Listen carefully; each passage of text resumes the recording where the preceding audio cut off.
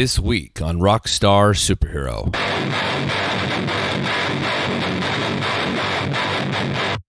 Why you fucking quiet? Why you so quiet? Yeah, that's a building, but I swear to God, the sound of it. Quiet, the setting of the fucking glass. Measuring and killing everyone with your parents. On the show today, I feature a new thing.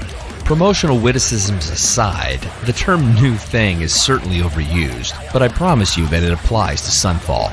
The band's guitarist, Welzen-James, is a gem of a human being. He's kind, quick-witted, and as I'm wont to say quite often, Ollie is a lovely, lovely man and a heck of a talent. Sunfall's next single is coming out soon, but while we're waiting, I highly recommend you check out their latest releases, Kid and Harakiri. If you don't, you're still going to hear me talk about them constantly during the show. Either way, you'll have to obey me and listen to these songs because they represent a new force in musical ambition. This is the most embarrassingly over-the-top interview of my career, but one I trust you'll enjoy. This is Sunfall on the Rockstar Superhero Podcast.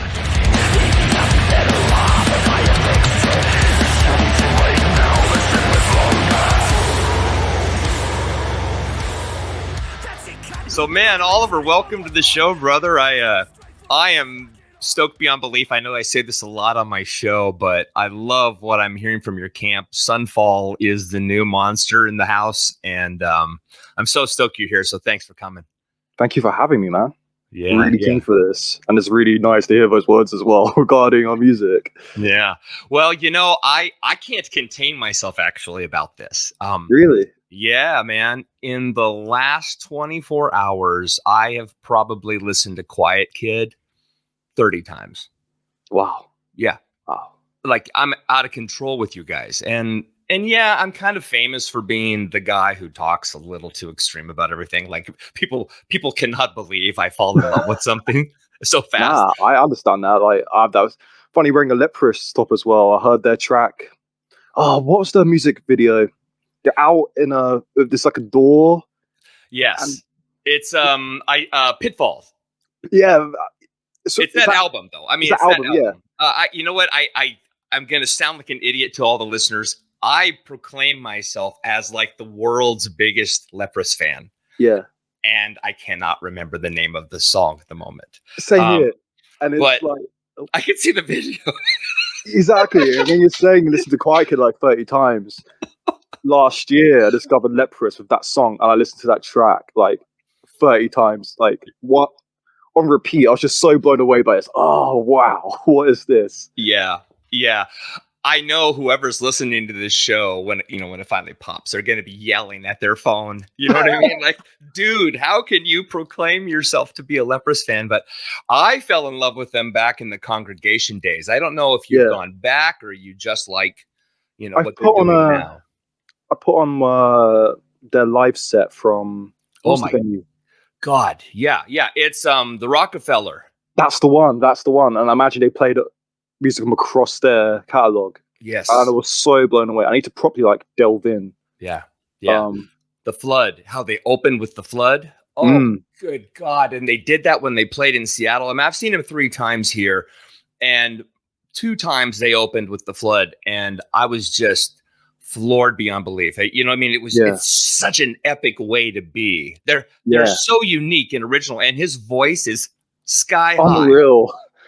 Yeah, when I heard his voice, especially in that song I got introduced to him by, I was just like, when it reached that chorus, yes, I was just like, oh. Yes, God bless you, my friend. I think you and we're going to be friends no matter what. We don't have to talk about anything cool in this show because freaking Leprous rules.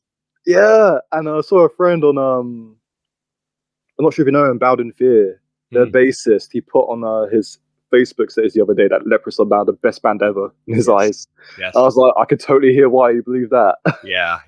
I've fallen in love with a few unwell known. I don't even know what the freaking term is right now, but not well known bands I've really fallen in love with lately. A band from Chicago called Starless that I absolutely recommend anybody check out. It's like if Alice in Chains had a sludgier baby. Yeah.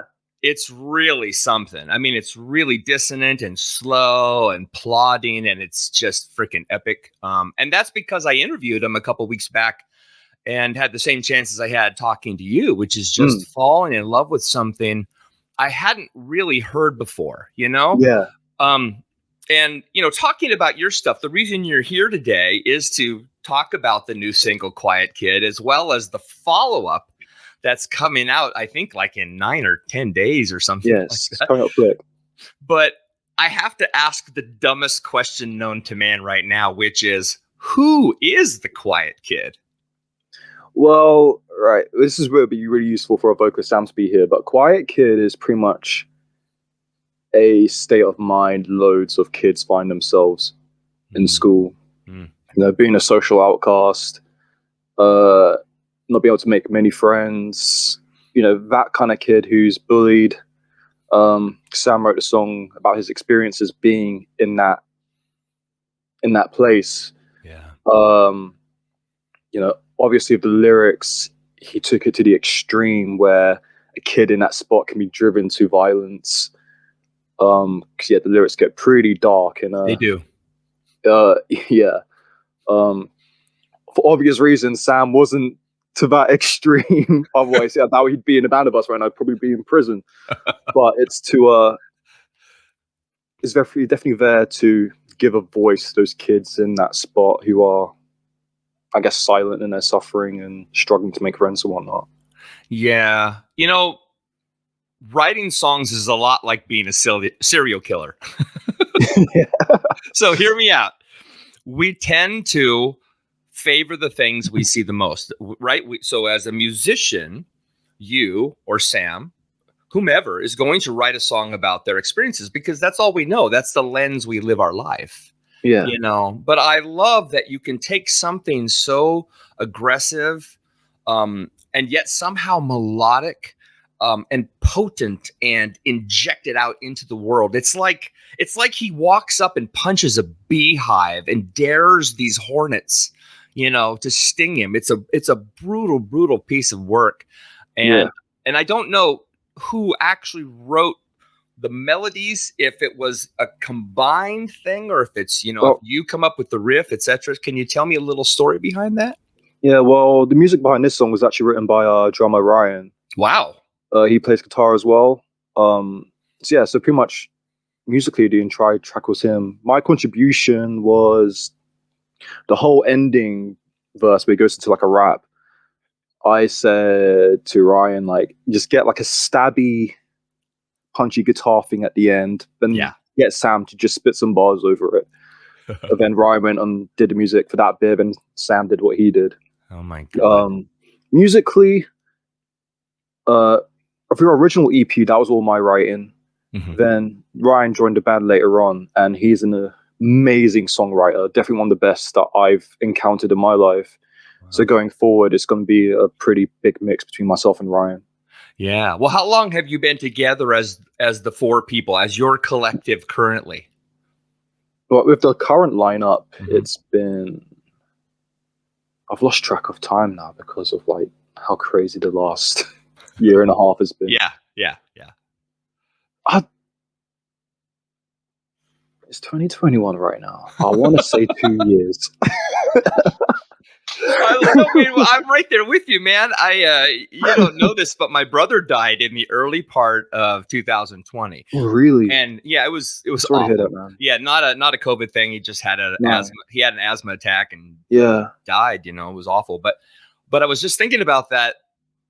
Oh my God, that like in January, it's going to be 2 years, and it feels, you know, I mean, in a way, all these things like what you're experiencing, it feels like it's 2 years, and yet it's unfair that it's gone by so quickly because, you know, we've had the world stolen from us by COVID. And yet, as I tell everybody, it's become the great equalizer. It's kind of woken us up to our purpose too.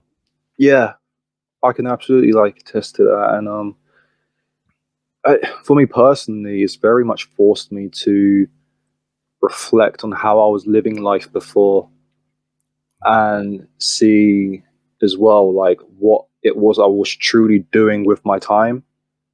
because now suddenly I have all this time. Well, during lockdowns and stuff like that, it's okay. I can't see my friends. Yeah. Can't do this, can't do that. What is it that I'm left with to value in my life with just me and myself? And that's when I really much I rediscovered I loved going for hikes and stuff like that. And, and now we can see people again. It just makes you value those connections that much more when you do have them there again. Yeah, man, what you're saying, Ollie, is so true. It's a friend of mine. I was complaining to him last year. I'm a complainer, by the way. So there it is. And I'll just say it out loud. Everybody's like, oh, finally, he's going to say it out loud. Fuck everything, man. I'm so tired of everything. Sorry, Mom. Sorry, Jesus. But I was talking to a good friend of mine. I was just kind of, I'm probably still complaining about it, which is here I am in my mid 50s and I so desire to be in my purpose. And yes, you and I are talking today and I feel like I'm in my purpose, if that makes sense. Absolutely. But I don't feel like the world, I know this is so pathetic because it sounds narcissistic, but I don't feel like actually anybody cares, if that makes sense. Like, I know people care. I see downloads. I see the speed of things. I see the elevation and the growth of things, just like you do within your band. But I don't feel any different, I guess, right? Which comes down to, okay, so is there anything out there that's going to make me feel as though I'm somehow complete? You know what I mean? Is it a person? Is it God? What is it? Funny enough, that's always a thought process I've been coming back to as well. Is it's gauging up to what level should I be experiencing the emotion of happiness? Yeah. Should I just be content? What should I be feeling? Will I ever feel it? And it's, for me, I do that. I find my way of doing it is just taking a moment to remind myself the things I'm grateful for. Yeah. And for example, even if the music that we're writing in Sunfall right now, I sit back and I just take on to just appreciate, I'm here with these guys writing some music that we're all loving so much. Yeah. And I'm just trying to live in that moment. Then I enter the time period where I'm just dull again. So yeah. Then there's something else to remind me. Yeah, no, I mean, but it's, I love what you said just now. And if I can continue on this a little before we get back to the songs, is you said feeling. And one of the touchstones of my show is about the artist connection. It's about how do we see ourselves? How do we see others, right? The rock star, the superhero. What are we giving away? What are we taking from others? How are we giving back to the world and the community? Yeah. But I think the bottom line is we have to somehow figure out how to get over how we feel about a moment and be grateful for the moment, regardless of how we feel, because you're spot on, Ollie.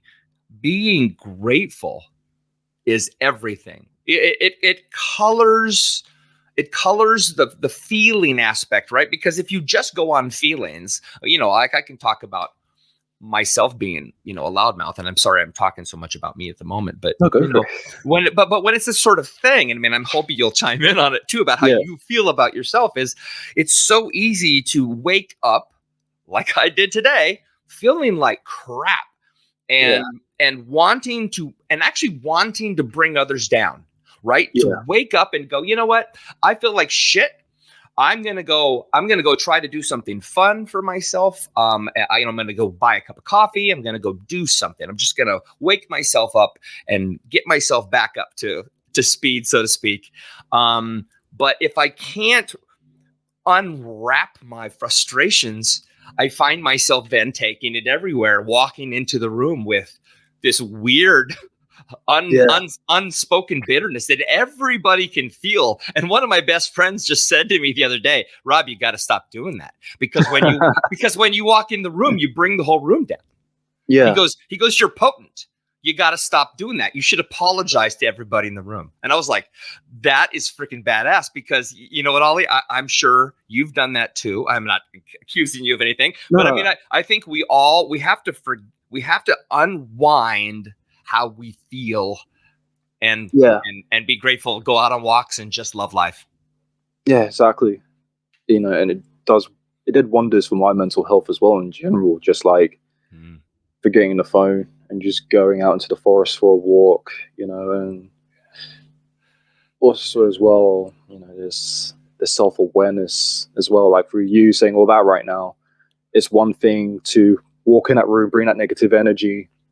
It's another thing as well to do that, but then in the future, reflect on that, be like, I'm like this. It then gives you the opportunity in the future to kind of like do different, and better in that regard as well. Yeah. I feel like we only have a kind of a hint of who we are right before we die. Like we finally maybe have a clue, and then youth, like they say, is wasted on the youth. Yeah. We're getting profound, brother. I love deep chats like this, though. I love it. Yeah, I love it. Well, then, so it goes to show, then you and I are actually the quiet kid. I mean, all of us are the quiet kid. That's the point. Yeah. Exactly. And I think as well, a lot of kids who go through that stuff in school. Yeah. I think it's normally them who are the first people to reach, I don't know, what do you call it? Enlightenment. Yeah. Not on a crazy level, but like just self-awareness and knowing like mental health and some sort of spiritual connection. Yeah. Right. I mean, like you say, you get down to it, your purpose is people, man. That's always been. It's just, how do we interact with people? How do we bring ourselves to people? Do we entertain people? What do we do to help people? What do we receive from them? What do we give back? Are we giving back more than we're taking? Yeah, absolutely. Well, let's get to the reality here. You're going to call James, your manager, up and go like, dude, what the hell was that all about? I was like, no, give me another interview. Yeah, you know what? I played Quiet Kid actually for my daughter last night. Oh, yeah? Yeah, well, she's 10. And I said, honey, I need you to hear this because I'm looking to have one more question for the band. Something that comes from somebody other than myself, because I feel like I'm a bit, too focused on one thing. And she says, she listens to the whole thing, and she says, it's very, very heavy, and I don't know why they're so mad. And I said, I doubt they're mad, but it is very, very heavy. Yeah. What are your thoughts when somebody says you're either angry or this is heavy or maybe this is too much?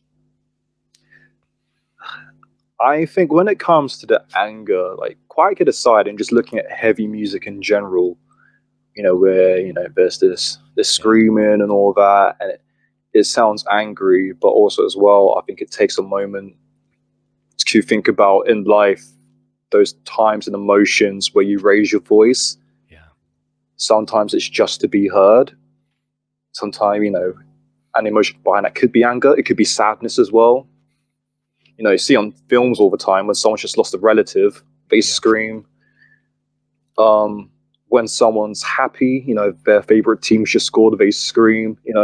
There's so many emotions as well that is behind screaming and loudness, not just anger. Yeah. Obviously as well, though, the tone of voice, it sounds, dark, evil and everything, but that's just part of the it's just part of this. It's part of the style. Like, it's not clean guitars. It's, they're distorted. The drums aren't like you played like jazz musicians. Yeah, definitely not. Obviously, as metal's gone on as well, people experimented with clean vocals over heavy music and vice versa, and that's just the beauty of metal as well in my eyes, and that you can just mix so much, mix different colors, mix different emotions together. Yeah. And ultimately as well, anger as emotion is as valid as all the others. So why not have that involved in music as well, which is expression? Yeah. That's absolutely spot on. I mean, even if you hadn't said that, I would have agreed, right? Yeah. because I think the reality is it's confusion. We're all confused why we're here, what we're doing, where we're going. There's no promise. on Earth at least, right? There's no promise here. I'm not trying to get all spiritual on you, but I mean, we just don't know where we're going and how we're doing it. Yeah. And we're all trying to just get through. So I appreciate it, because when you take, an art and you take the perspective that you have and you create something new with it. Yeah. The beauty of heavy music, of metal, is one of sort of an extreme display of where you're at that particular moment. And you're giving your listener the chance to unleash, right? To let their emotions go, to stomp it out, to maybe listen to it even walking through a quiet forest, because it gives them a chance to expunge the things that are caught inside of them. Yeah. And there's a lot caught inside. I mean, every genre of music, there's a lot, behind what someone puts into the music and the lyrics. Yeah, but with metal, it's just I don't know. It's one of the most, especially how it's received in mainstream culture as well. Yeah, how it's kind of shunned. It drew me in more as well, because like exploring that world and what is actually behind that music, and it's almost like the dark web of the music. Yeah, that's wow. So that's got to be the title of this podcast. Yeah, because it's so true. You just said though how difficult it is to sort of be seen as as valid, and I think you're calling in from the UK, correct? Yeah. Well, in America, it's worse. I don't know if you've been here, but metal isn't just looked down upon. It's we have everything sort of attacking it because it's seen as a weapon, of demonic forces. I mean, and maybe in some cases it's been used that way, but overall it's seen as a negative thing that we really shouldn't listen to it. Only the messed up kids, quote unquote, listen to metal. Yeah. You know what I mean? And over in the States, the big metal bands are playing all the big festivals and playing not stadiums, but pretty freaking close. I mean, Rammstein, are you kidding me? Yeah.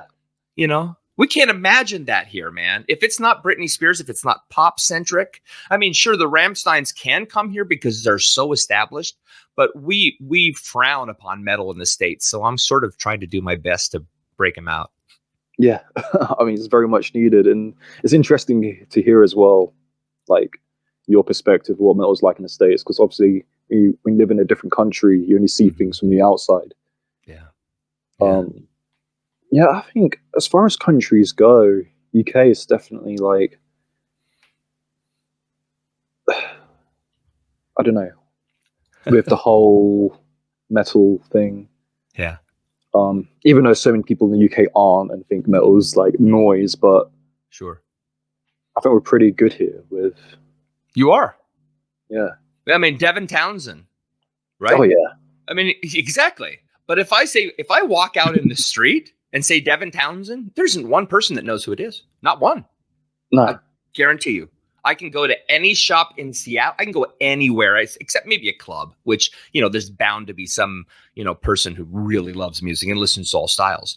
But I see him when he comes into town. I see him in a place that holds 300 people and it's not sold out.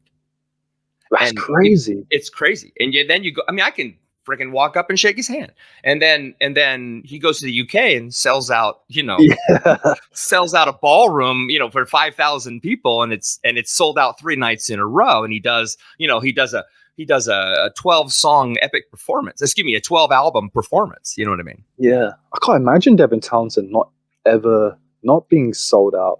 Yep. In the UK, when it comes to, bands of all kinds of sizes, they sell out like instantly. Yeah. Like it's got to a point now where my internet connection speed is the determining factor whether I get tickets for a show. And sorry, it's true. And we found out that our bass player James, his workplace, his signal there is so good. He will always be the first to get a ticket. So when it comes to getting tickets now, I'm hitting him up. It's like, dude, my internet connection isn't going to be able to give me that ticket on time. Like, you get the ticket and I'll send you the money. Oh my God. Yeah. But you know what I'm saying? So in 2012, so Gojira and Devin Townsend, and I want to say Monuments. Yeah. All did a tour together. Mm-hmm. And they played a 400-person room. Yeah. And it sold out like the day of the show. It took that long for 400 people to see Gojira, Monuments, and Devin Townsend. It's just weird. That's here, mind-blowing. It's mind-blowing. I know, but I guarantee you, see, look, here's the thing. My show appeals to guys like you and I. So anybody listening to this is going to say that's impossible. But I guarantee you, if you just come here, you'll see that there's just this, everything that you and I are doing is seen as abstract or foolish, a waste of time. Yeah. But it adds a lot of context when I hear American bands, especially say that their favorite places to tour is in Europe. Yes. That makes a lot of sense. Yeah. You guys it's a lovely place to go. Yeah. So, look, let's get back to you. Yeah. I'm so sorry for all the distractions, but No, I love this. For it. I love this, man. I like I told you, I heard Quiet Kid a lot. I listened to Harakiri a lot. Your style, if I may be so bold, I try to sort of refrain from talking about influences because half the time I don't know who people are talking about, right? There's so many bands out there that could be influenced by. Of course. But if I were to go to two big bands that I think had a baby, that would be Gojira and Frontierer. All right. You guys seem to have this atonal math prog thing down so well. I don't know if you feel in any shape or way that, a band like Dillinger Escape Plan or Car Bomb or any of these bands out there have any influence on you whatsoever. But for me, those are sort of the big four that I go after that say like, oh, I can hear bits and pieces here and there. What bands or what individuals have inspired you personally? Well, with what you just said there, especially our drummer Ryan is very much into that. His favorite band is Sixth. Oh, there you go. Yeah. And makes a lot of sense. With his contributions as well musically, he's bringing that vibe in a lot more. Because with our original EP, which was written by me, that was written from being heavily influenced by bands like Architects. Oh, so good. Yeah, Fit for an Autopsy. So yeah, in terms of influence, how do I put this? There's like a musical philosophy that I've always had in mind for this band, and it's that I don't want to be pigeonholed into a specific sound or genre. Yeah. If we're feeling this band this day and this band that same day, we just mix the influence together, see what we end up with. Yeah. You'll hear as our music goes on, there's going to be like a core sound to us, but you're going to hear loads of different influences coming in. So in terms of bands, again, as musicians going back, it's bands like Metallica, Korn, Slipknot, and so on that got us into the sound. Yeah. The big ones. The big ones, But even musically as well, it's not just metal we're influenced by. We all listen to such a wide range of music. Yeah. There's, I think between us as well, there's a lot of hip hop and rap. Nice. I love listening to a lot of blues, classical, cinema music. There's so much, and as the music goes on, that will come into what people hear. Yeah. I think even for one demo, I wrote a really heavy section followed by a completely clean section with a blues run on the guitar, back into heavy stuff again. So our goal ultimately is just to be constantly influenced by everything. I love it. It means a lot to me, and I think it goes back to this sort of idea that I felt you guys capture really well, the sort of the progression of the song. The term progressive rock, of course, does not apply to what you do, because of course it's misunderstood. People automatically go to, Yes and Right and Rush and Styx and things like that are more traditional, sort of simpler, if you will, or Dream Theater, right? Yeah. But you are highly progressive, and it makes sense that your drummer, it's Ryan, right? That's his name? Yeah. It makes sense that Ryan is writing the material he's writing, because as a drummer, right, you're seeking rhythmic approaches that have either never been heard, or you're looking to feed some beast in you that says, oh, let's try this. This is dangerous to do, right? This is difficult at this moment. It's something drummers love to do. I said this to Ryan the other day, because when Ryan's writing this stuff, he's like, damn it, I'm going to have to play this live and I can't play it. I was like, why do you do this to yourself? It's like, well, I'm not going to get better as a drummer if I don't write stuff that I can't play. That's true. I really appreciate that about him as well. And one thing I love too, because back in the early days of the band, because the band was originally meant to be a solo project for me. I was like, I'm just going to write what I want to hear, what I want to play. So I was it took me a while to become comfortable and feel safe in Ryan writing music. Yeah. But ultimately I came to this spot where I'm just like, I really appreciate as well his ear, his writing style, and even his approach to guitarists, because we're both very different on guitar. And I can only as well get better and broaden my horizons by learning what Ryan writes and seeing his take on guitar stuff. Him and I clash heads loads when it comes to writing music. It's like, I want to do this. Like, no, I want to do that. No, this section has to be like this. Like, no, it has to be like that, But ultimately, though, we're both very passionate about it, and we both have the song's best interest in heart. So it's been good for me as well to just let go of that ego and just embrace Ryan's musicality. Yeah. I mean, I love that there's a clash. It's healthy, I think. Yeah, it's healthy. Well, as long as you can keep it healthy. Yeah, right? We managed pretty well at that, I'd like to say. Yeah. Well, I mean, certainly musically, you found a way to take your sort of personal dissonance in the way you write, right? What your approach is, what direction you think a piece should go. And you found a way to collude together, right? You found a way to make something happen. And yet the music as a byproduct of that sounds like the musical equivalent of a football brawl, right? Right? Like you guys sound like you're just Manchester's over here. You know what I mean? You guys are just pissed off. But musically, there's that dissonance and anger and violence, and there's a swirl to it.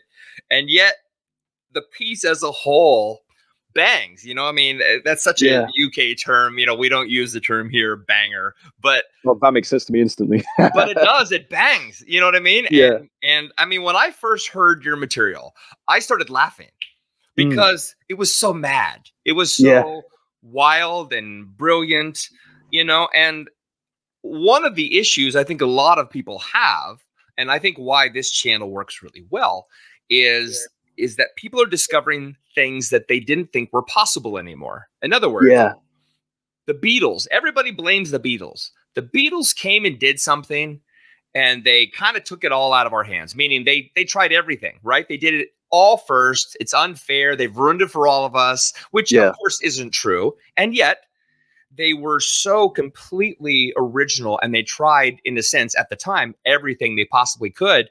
It feels like they were such groundbreakers that there's no new ground to break, right? Yeah. So when I heard this, I was like, oh, there you go. There's something new. They stood out. You sound different. Tool, when Tool came to be in 1991 or whenever they started, they immediately sounded just like Tool, right? Yeah. Mostly the bass player, that sort of sound, that clackety bass. But I'm hearing the same with you guys, and I think a lot of it has to do with the overall vibe and somehow the vocals. Especially that weird, twisted, high-pitched. I know you know where I'm going here. That crazy scream that I've never heard that in my life. I've never heard it. I don't even know what the hell it is. Can you like, I don't even know if it was done by your vocalist or you, because I remember turning around when I wasn't right. I was listening. I wasn't watching the video. Where does that come from? Yeah, so that's our vocalist, Sam. Okay. And good God. I think there are multiple terms for it. We call it the kettle whistle, like the kettle's boiling. Yeah. The whistle tone. Yeah. Sam was inspired, I believe the track's Knife Party by Deftones, like Chino. That's where Sam is inspired by that. Yeah, by that whistle thing. But it's cool to just hear that being used again. Yeah. Because again, it's not something that you come across regularly at all. Yeah. And when I first heard it as well, I had no idea Sam put that in. So when I was listening to his vocals back, I was like, what? And it kept going. Yes. And I think that was the only take Sam did for that as well. Oh. But it's brilliant. Sam is one hell of a vocalist. You know, and that whole rap section after, that was his first take, I believe, as well. And it's just, honestly, that guy's, I'm so blessed to have these guys in this band with me, honestly. Yeah, man. Well, I mean, I'll tell you, man, if the material you've released in the past, you know, and then obviously, you know, this new piece is indicative of what we have coming. I mean, good God, man, Sunfall is a treat. You know what I mean? I mean, for example, the riff on Harakiri. I mean, my wife's Japanese, so I guess that's how you're supposed to pronounce it. I don't know if you say Harry Carey. You know what I mean? In America, we say Harry Carey because we're idiots.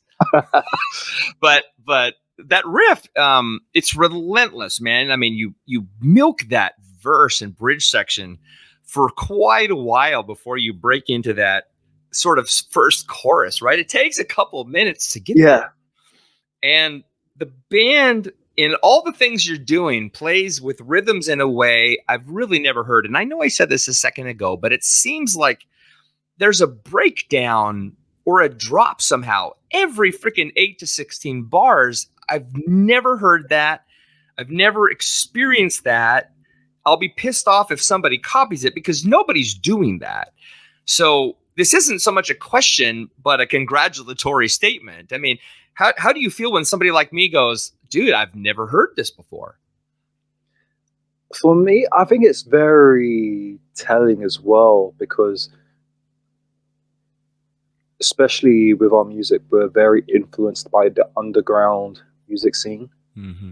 And there's this whole swirling collection of underground bands where this whole thing is coming from. Yeah. And ultimately, this is where, as well, I took inspiration from, because years ago, in my first ever show, I played in an old band of mine. You know, we came in from a groove, new metal kind of sound, not being experienced the underground thing. We were playing next to these bands that are slowing things down loads, doing drop after drop after drop, and we just sat there like, I was just sat there like, what is this? I didn't get it at first, but then it clicked. I was like, so I can do a breakdown for a whole song? Yeah. I was like, okay. Yeah. Then luckily as well, when Ryan got on board, he's very musically enthusiastic about the underground stuff as well. So we're very cool with both me and Ryan. We're very much on this level where we're just like, throw a drop there. We can start this song with a breakdown. Yeah. We can end the song with a breakdown. Throw one in the middle. And when I communicate to Ryan as well, because sometimes with how the writing goes, Ryan might write a whole song. I might write a whole song. Ryan might write half a song and pass it to me to finish. I might pass it to him, one of my songs to him to finish. Mm-hmm. This is for the material going forward. But if Ryan hasn't finished a song or he's looking for suggestions, I might say to him, melodic section there, go into a drop, slow that drop down a little bit more at the end, but go back to a melodic section. Yeah. Then Ryan will take that information and come back with 5 also drops. Yeah, exactly. And even the same thing for me. Like, me and Ryan had an argument the other day. There's after our next track, Industrial, there's another track coming out. And we're discussing the ending for it. And it got to a point I was like, it needs to drop more. It needs to drop heavier, more. Yeah. And Ryan was like, we're gonna do that on a lot of other songs. Let's do something different with this. So I was like, okay. Yeah. For us as well, it's getting to a point where we had to be mindful as well of just how much we're going to lean into the breakdowns and stuff like that, because there's so much more about musicality as well we want to explore. Yeah. I appreciate that, what you're sharing too. You said something though a second ago that made me want to ask about the location of the band. I had read that you're from, or that you're in an area called Guildford. Is that correct? Yeah, well, we don't live in Guildford, but Guildford was more our hub as a band. It was where we meet up. Central core sort of thing. Yeah, not so much now. Okay. So where are you located then? We're very spread out right now. Myself and our bass player James, we're about 25-minute drive from each other. Outside in the area outside Guildford. Our drummer Ryan, he's up in the Midlands in the UK. Okay. So that's like a 3.5-hour drive. Yeah. Then Sam, our vocalist, all the way out in Perth, Australia. Oh my God. I thought I'd read something about that, but I didn't believe it. He's in Perth? Yeah, so that's a long story in itself. Yeah. Is he going to stay in Perth? No, his plans to come back. Okay.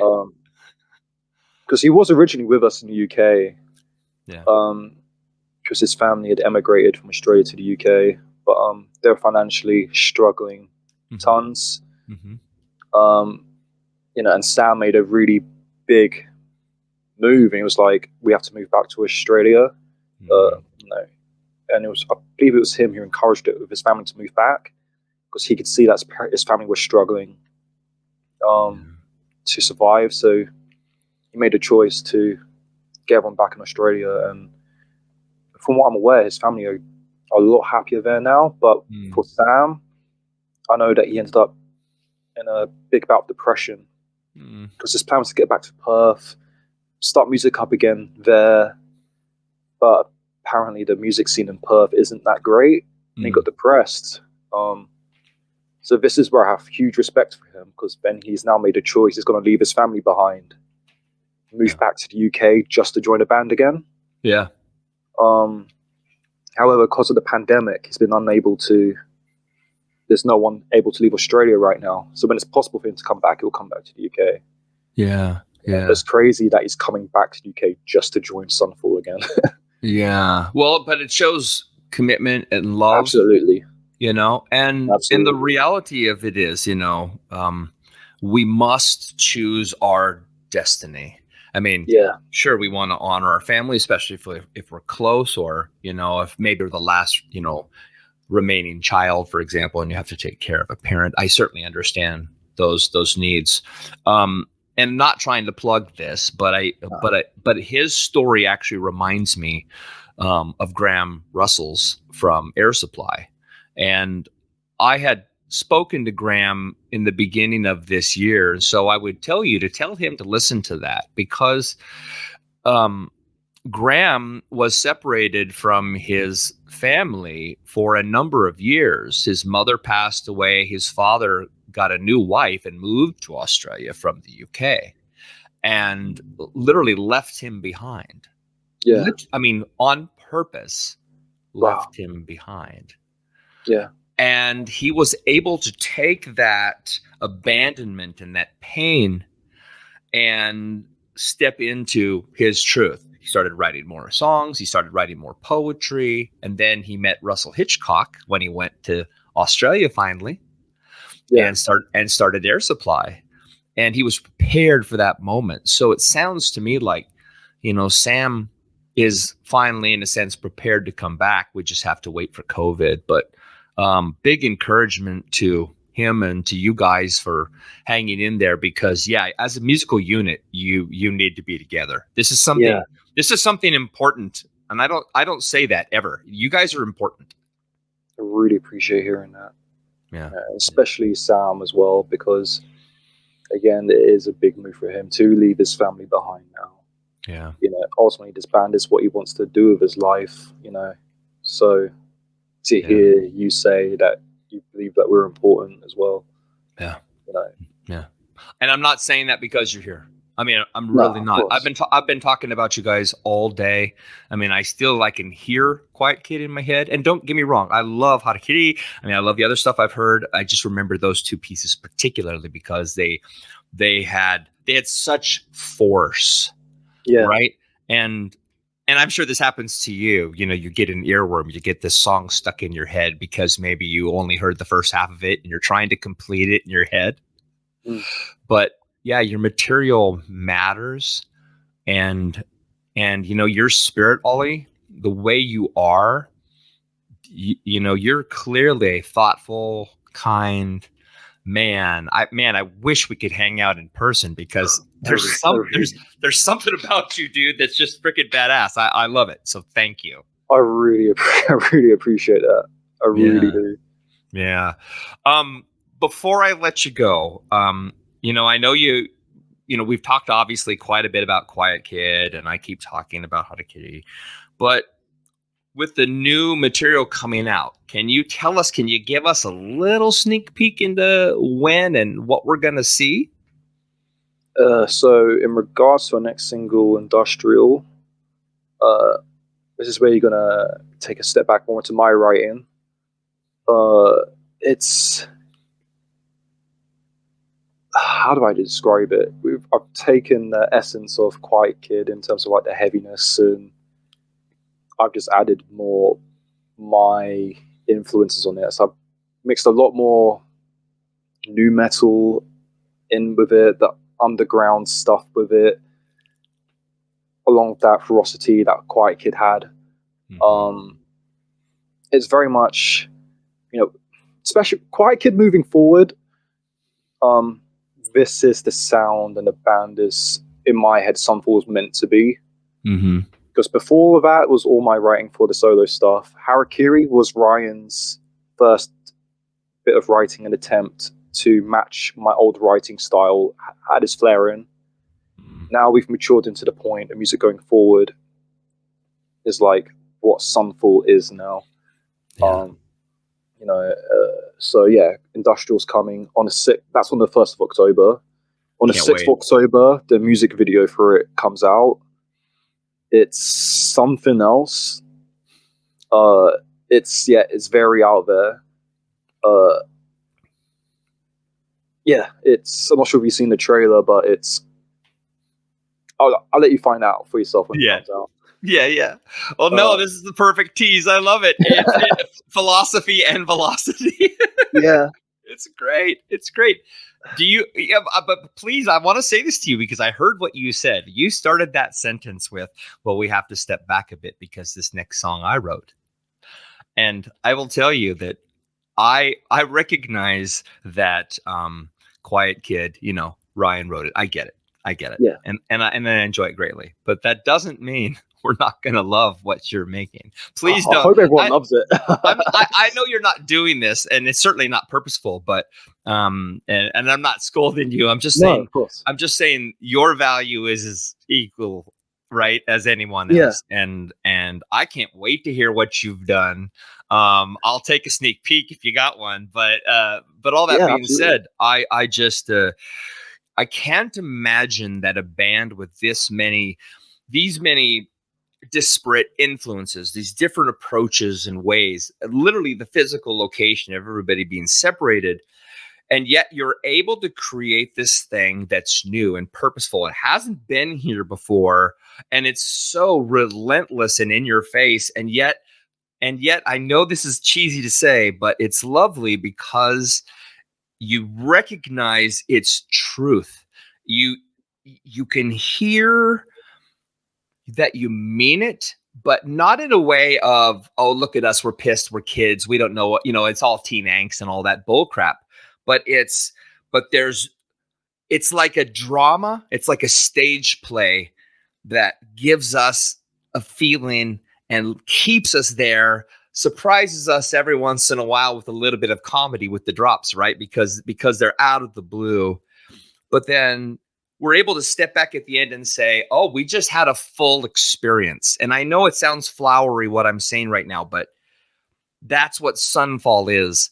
You guys are the whole meal. You're the whole experience. And my prayer for you is absolute massive success in your space, in your genre, that people will listen to it and hear the genius in it, not just, the surfacey stuff that people make assumptions about. Yeah. Wow. That's very, very profound. Honestly, like, I don't know how to react. Like, I think especially for a band our size, we're very much just at a point where we're hearing what people have to say about our music, and to hear people such as yourself say these things, it's very humbling. And it's what are the words for it? See, I can't even find words for it. It's lovely. Yeah. It's incredible. I'm telling you, man, you can use a word like lovely to describe something brutal, but it's lovely. I mean, I literally, the last time I listened to it, which was 2.5 hours ago when I was out working out, and the song ended and I said, wow. I just was like, I actually said, wow. And then I said, that's so unfair. Because I never got to be a part of something like that. I mean, and I've been in some great bands, but I never got to be a part of. I'm sorry, I'm making this so much about me today. I'm sorry, everyone. No, I love hearing. Personally, I want to hear about you. Yeah, but I never got to be in a band that I felt like I had achieved something epic and singular, right? That it was one thing, that it sounded purely like one thing, and that people were just, it wasn't the staring out into the audience and seeing people smile. I wanted to see, and I get it, this is about me now, but my ego wanted to see awe. I wanted to experience awe. Yeah. And when I heard your music, I was in awe. I'm still in awe. I can't stop talking about you guys in the last 24 hours. And I just hope that even if one person hears this, that one person sort of changes the game for you, that decides they want to go pick you and help elevate you and speak to their friends. And you know what I mean? Getting it out there, getting the juice behind it, because you're absolutely worth talking to and listening to and enjoying. So my hat's off to you, Oliver. You guys are freaking monstrous. Thank you so much. Thank you. Really. Wow. Yeah, I wish the other guys were here to hear this right now.